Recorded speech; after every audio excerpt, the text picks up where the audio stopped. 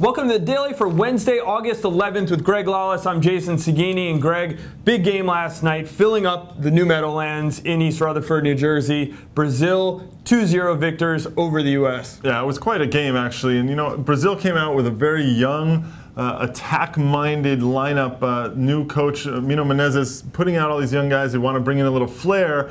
And you know what? The U.S. didn't handle it very well, to be perfectly honest. No, the first 20 minutes, I thought the U.S. played well. They were pressing Brazil in their end and actually had some chances. You look at the early Donovan chance. Buttle puts him through, and Donovan's leg is clipped, but he fights through it. You almost want to say, go down, Landon, because that's probably a PK. Not only almost want to say it, you do want to say it. Landon Donovan, go down, get the penalty out of that one. Look, you're right. They did a little bit of attacking, but other than that, they really didn't create many chances. The U.S. didn't, but they got some young guys out there that made a difference. You know, at least to get them going. Omar Gonzalez for the Los Angeles Galaxy defender, right. He got a start in center back, making his first appearance for the national team. Alejandro Bedoya out at right flank. He plays in Scandinavia right now, but he looked pretty good. He's got some speed, likes to attack down that right flank. But those are really the only two young guys that we haven't seen much of that came into this lineup. Yeah, I mean, I was happy to see Edson Buttle get the start though, and actually see him.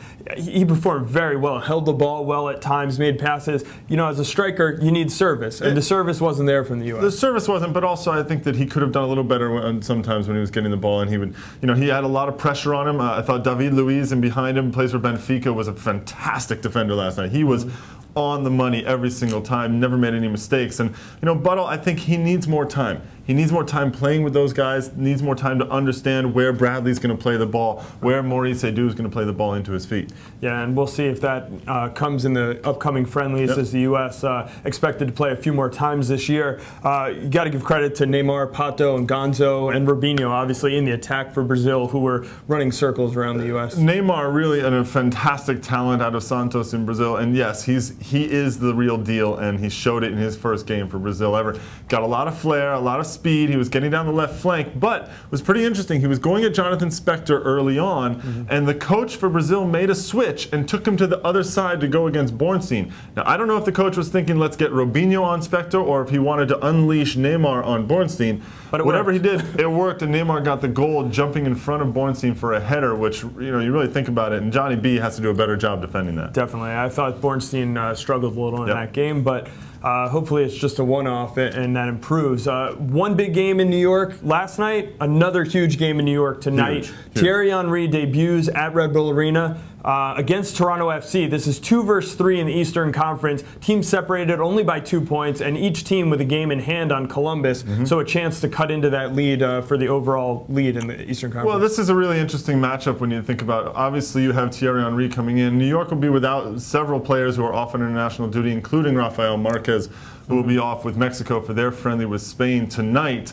However, Toronto, and I heard this out of Toronto earlier this week, that Preki was a little bit nervous because he saw a report somewhere that someone had miswritten that Marquez might actually be in there, but he's not going to be there. But Preki is bringing his team that is actually playing very well. They struggle on the road, and that's the key for New York to think about. They're going to have to go after Toronto early, get on them, start to use Thierry Henry and his speed, let Angel start to float the way he is. If you're Toronto, on the other hand, you're looking to settle down a little bit, keep solid in the back. That's going to be key for them, and then start to unleash a couple of their attacking weapons. I think Mista is starting to fit into the rhythm of this team a little bit. Well, they're actually going to match up twice in 2 weeks. They play tonight. New York plays over the weekend against LA, and then next week New York is at Toronto. So this is a really important time in terms of shaping this Eastern Conference. Yeah, it is, and it's tough for New York considering all the games that they're going to be playing and all the games that they have played recently. They seem to be going Wednesday, Saturday, and they're going to do it again this week. But I think that, you know, this is a New York team that has provided.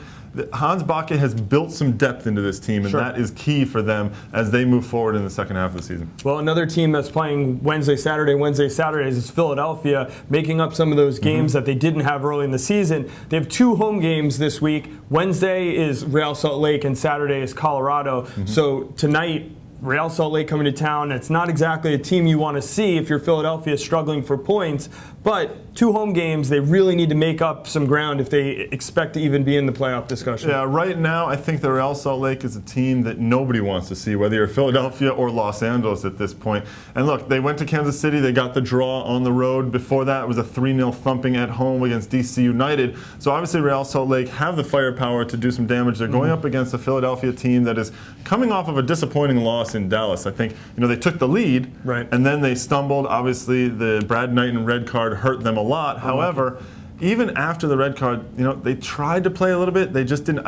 I kind of worry about this Philly team that they're hitting that mid-season or dog days of summer wall that every expansion team or every rookie, if you will, hits. And that's exactly what I was going to say, is that Philadelphia relies on a lot of young players, a lot of rookies, so you kind of expect that. Not been through a full season. Right. We'll see if Philadelphia starts mixing in some of the guys off the bench, try to get them some more playing time. And it'll also be interesting to see if Robbie Finley, it's a short commute going from the Meadowlands to Philadelphia. He didn't play the entire game. I wonder if he comes in as a sub potentially for Salt Lake if they need it. Yep, I would imagine maybe even as a starter. He's gotten a couple of starts actually recently for Real Salt Lake. All right, that's all we have for the Daily today. Enjoy the games tonight. We'll see you tomorrow.